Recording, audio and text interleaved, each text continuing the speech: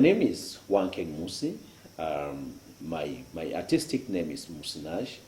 People will call me the image hunter. Yes, I'm a filmmaker, I'm a photographer, a professional photographer, and a senior audiovisual consultant. Of course, I do lecture journalism at the higher institution.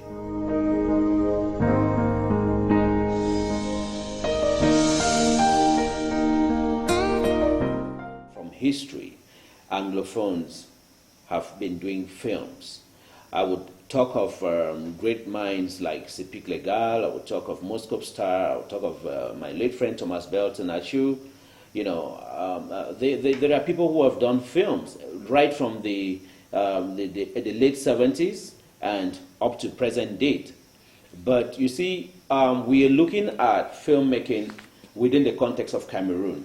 And if we're looking at filmmaking within the context of Cameroon, we are looking at other great filmmakers like Asitu Bita, who is of blessed memory. We're looking at Dikonge Piper. We're looking at Alphonse Benin, Basek Bakobio. These are some of the prominent names you would want to think of who have actually carried the light of filmmaking in Cameroon. And come to think of our own Anglophone brothers, which I already mentioned. But you see, within literary sphere or academic sphere, we are looking at filmmaking within Cameroon. But if you're contextualizing filmmaking in Anglophone Cameroon, I would tell you it's been a whole journey from the early 60s, from the late 70s, that Anglophones started making films. In the late 2000s, like around 2007, 2008, you had several production houses in Cameroon. You could easily say, I have B production house, C has a production house, D has a production house. Everyone was having their own different production units. And because they had those different production units, people were tempted to have a perception that they could train their own actors, do their own scripts, do their own stories. That was what happened in Cameroon in the late 90s and the early 2000s. But because we were a young generation of filmmakers coming up, we thought it was important, and as filmmakers in this country, to assimilate, to bring our different cultures, the French and English culture, and do real Cameroonian films that could, in the long run, bring what we call partnership in production, co-production. And we now developed this whole idea, and in 2008, a few filmmakers in Cameroon decided to meet in Boyer to create what we call the Cameroon Film Industry, which is today CFI Collywood. So when we created the platform of the Cameroon Film Industry, it was structurized in 5 different guilds, functional guilds. You had Producers Guild, you had Directors Guilds, you had Writers Guilds, Actors Guilds, and Technicians Guilds. That in June 2008 we started. That was in Boyer. And this brought together filmmakers from all over Cameroon.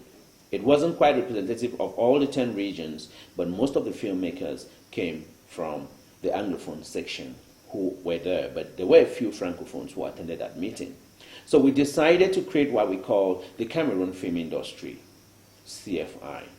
I was actually applauded and voted in as the pioneer coordinator of the Cameroon Film Industry to oversee the creation of this structure.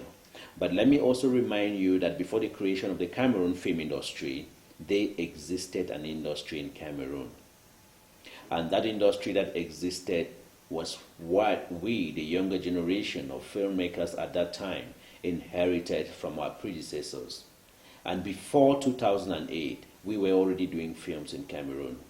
You could hear of big names like Dikonge Piper, Atusi Bita, Basek Bakobio, Alphonse Benin, Sepik Legal, Moscow Star, Thomas Belton, myself. These are some of the names that we already started doing films before 2008. That's in the mid-90s, and the Dikonges did film far back around the late 60s and the early 70s. And they did some of the best films that Cameroon stood high at the FESPACO by winning the Talon d'Or, the biggest award at the FESPACO in Burkina Faso, which came to Cameroon. And Just quickly before it runs out of me, that award was won by Dikonge Pipa.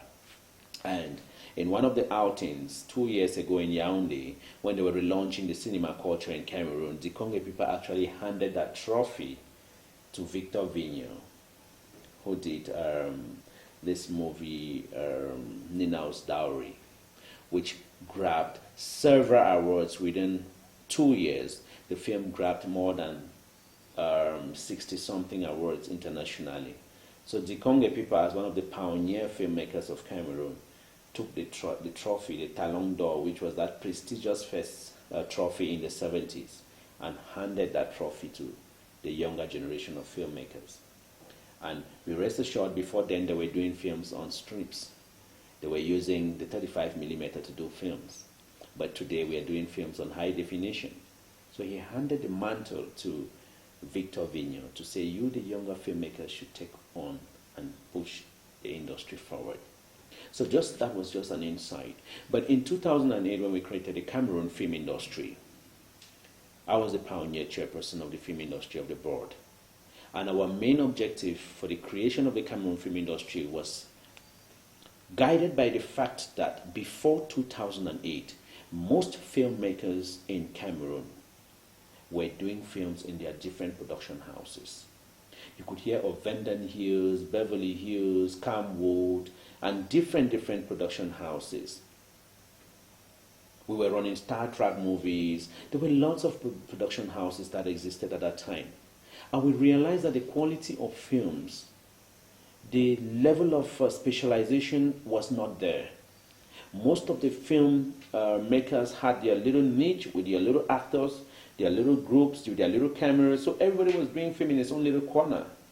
So we said, but what is this? For us to keep a big and better picture of the Cameroon filmmakers, we should create a platform which can actually look at the different strengths that we had in the industry at that time. Look at the weaknesses that we had. We look at the opportunities and the threats.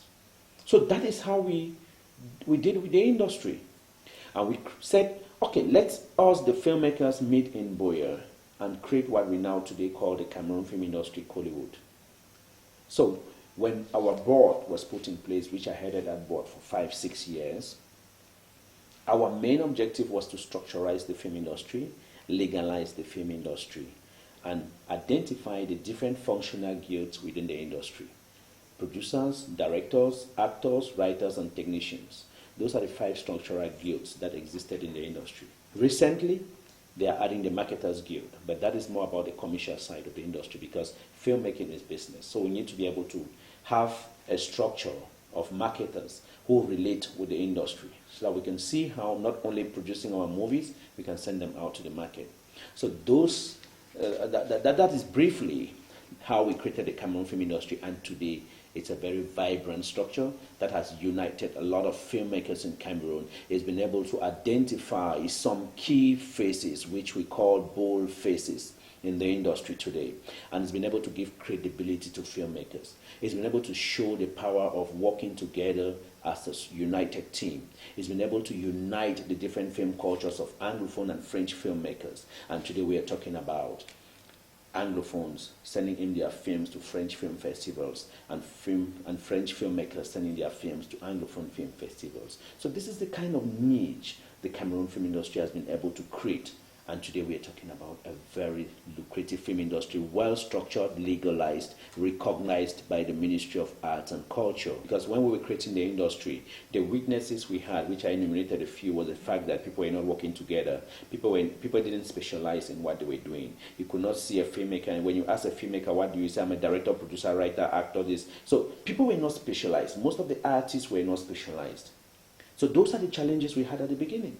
So when we created the film industry and we identified the 5 different guilds, everyone was obliged to be registered in one of the guilds. If you're a director like myself, you get yourself registered in the Directors Guild and you're there. So when directors are discussing their issues, you're part of it. If you're a producer, you get yourself. So I want to say those were some of the challenges we had, but today it's no more a challenge. So I'm inversely saying that the weaknesses that we had as of the time we were creating the Cameroon film industry, most of them have been converted to opportunities. We have used them in different perspectives. I'll tell you, today Cameroonian filmmakers are driving good cars, they are living better lives, living in good houses, enjoying wealth, going to celebrity events. Go on Facebook, go on social media, check on them. I'll call a few names, check on them, go on their profiles. You will realize that these filmmakers, they will tell you a better side of their story, that it's thanks to the fact that we collectively started working together and forgot about those our different production houses, which we had as industry. We're calling them industry, Star Trek movie industry, Star Trek movie this one.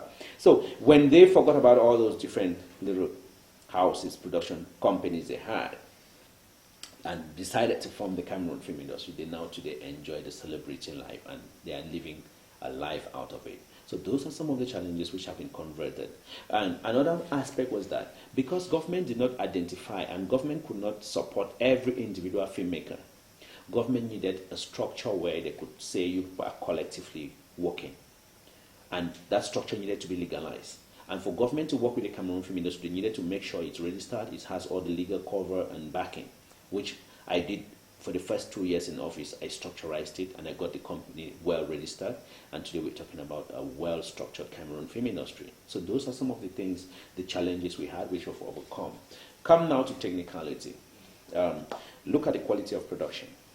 Before now we shot, it's funny, my first movie I did was Tomorrow's Millionaires with Thomas Belton. That was around 1995. When we did Tomorrow's Millionaire, 95, 96, I acted as a protagonist in it and directed by Thomas Belton, but we did it on our production house, Star Trek Movies, and that movie has been as a reference, you know, to filmmaking in Cameroon. I remember Sepik Legal did a movie also, Moscow Star did The Gâteau and all of that. These are some of the films that if you go back history of Anglophone filmmakers, you will pick them. And you can easily revisit. If you come, I will show you some of those movies because I still have them. We did those movies on VHS-C cassettes, like the huge VHS cassettes. That's how we did most of our movies at that time. And we edited on the manual VHS decks that you actually run images and you're watching on the screen, on the television screen. Soundtrack was done with a guitar and maybe someone playing a piano, and you tell the person, put a soundtrack here, he just strikes the guitar. And it was all connected to a deck. So it was really funny. But all those things today, we are talking about the art of digital technology. We have all grown. I'm celebrating plus 20 years in filmmaking today. And these are some of the things we keep telling our younger filmmakers who are coming up today, that the challenges are enormous, but the future is certain. So they have to work a little bit more harder to be able to catch up with time. We moved from that analog system, and today we're talking about digital, and we're still there, and we're still doing the movies. So those are challenges, and we've converted this idea. And I'll tell you, most of the filmmakers didn't go to school to study filmmaking. Most of the filmmakers, those are challenges. Most of the filmmakers did hands-on training. For example, some of them would work with some of us on set, and by the time they're on set and they study for a few more years, and then they pick up. But that doesn't cancel the fact that they are not perfect filmmakers today. You know, they're doing good movies because they learned hands-on. But these are some of the things we say, those challenges. We keep looking at the way forward. We forget about our challenges. And some of the aspect was quality of production. It's improved drastically because with analog system, we're now doing digital film. It's a great improvement in the Cameroon film industry. So I'm talking about the number of celebrity events, social public events that are organized. Before now, every year you will hear maybe one or two, if really, and on very low standard. But today you hear of red carpets, film premieres, left and right, here and there. And unfortunately, we only came into digital filmmaking at our time when those cinemas were there. But most of our films were done as home movies, which were our real day-to-day stories that were being told through the screen. And because the French filmmakers were doing cinema d'art, which we call artistic cinema, which is about lighting, framing, the perfectity of filmmaking, their films were sponsored by big budget, big French budget, and these films were shown mostly in huge cinemas. And after that, you never saw those films for home consumption. But most Anglophone filmmakers were doing films for home consumption, which people could buy the DVDs, watch them on cassettes and all of that. So that's the difference between the Anglophone filmmaker and the French filmmaker at that time. But as time progressed, we all now started doing things collectively. There was the budget was no longer there to even sponsor the huge cinema where you're putting about 500 million, 1 billion into a film. Those are the kind of films the Congo people did with Tusi Bitar and our doyen today, Alphonse Benin. They did budget films with very huge budgets. But today we as the younger filmmakers, we say younger filmmakers because at least we picked over after them and we've brought it to where we are now having we have younger people we have groomed also who are also moving forward with the industry. And we think those are challenges. But all those challenges in terms of making films and having differences in culture in our films is no longer there because those challenges have been broken. French filmmakers are doing films now with Anglophone filmmakers, like the last film they did, Life Point. Basek Bakobie co-produced it with Kanyankai.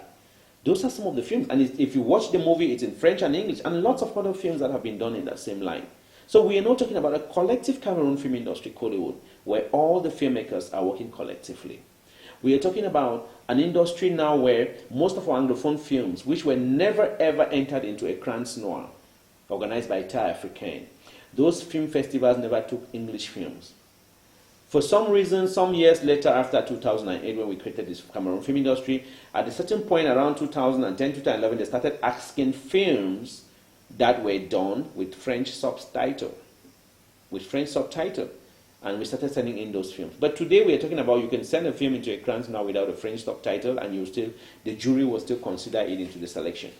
Same as the French filmmakers will send films for CAMIF, they'll send film for Anglophone film festivals without actually having to bother about the different issues of subtitling and all of that. So those are some of the challenges those are some of the opportunities that the film industry in its existence have created. And I think today we are talking about a very vibrant industry. The challenges are never going to end. They're never going to end. The challenges will always continue. The challenges will always be there. But the most essential is what is the way forward.